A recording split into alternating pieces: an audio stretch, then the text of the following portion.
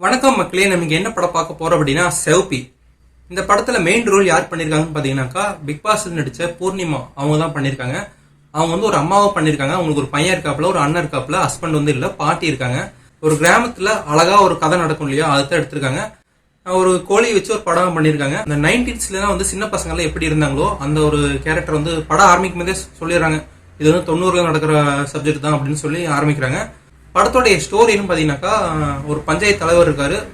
ஊர்ல வந்து ஜாதி விட்டு ஜாதி ஒருத்தர் வந்து லவ் பண்றாங்க. அந்த சின்ன பசங்க வந்து பாத்துறாங்க. முத்தம் கொடுக்கறது, ஒரு காதலிக்கு வந்து ஒரு காதலன் வந்து முத்தம் கொடுப்பாப்லையா, அதை வந்து ஒதுக்குப்புறமா இருக்கும்போது பாத்துறாங்க.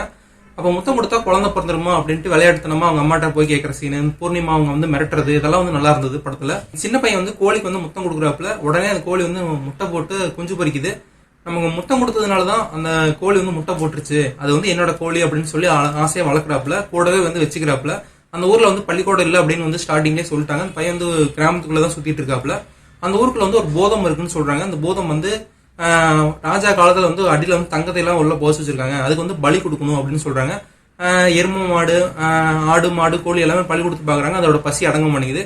கடைசியா வந்து ஒரு கர்ப்பமான பெண், அவங்கள வந்து பலி கொடுக்கணும் அப்படின்னு ஆசைப்படுறாங்க.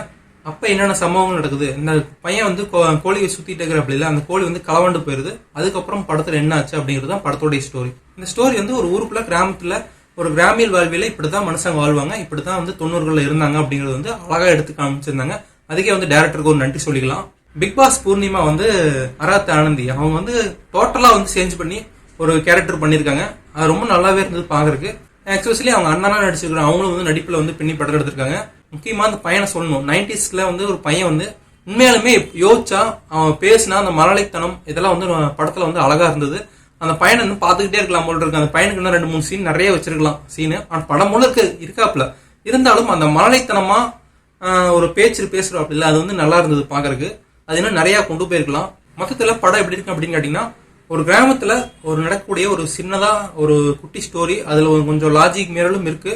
அது ஒரு மூட நம்பிக்கை வச்சு எடுத்துட்டாங்க. லியோ படத்துல எப்படி நரபலி கொடுக்குறாங்க இல்லையா, அந்த மாதிரி ஒரு மூட நம்பிக்கை வச்சு எடுத்துட்டாங்க படம். அதனால கொஞ்சம் சப்ஜெக்ட் கொஞ்சம் வீக்கா இருக்கும் அப்படிங்கிற மாதிரி தோணுது.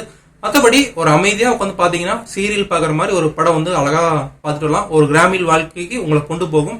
இந்த வீடியோ பிடிச்சிருந்தா லைக் பண்ணுங்க, ஷேர் பண்ணுங்க, கமெண்ட் பண்ணுங்க. நெக்ஸ்ட் வீடியோ சந்திக்கலாம். எல்லாத்துக்கும் பாய்.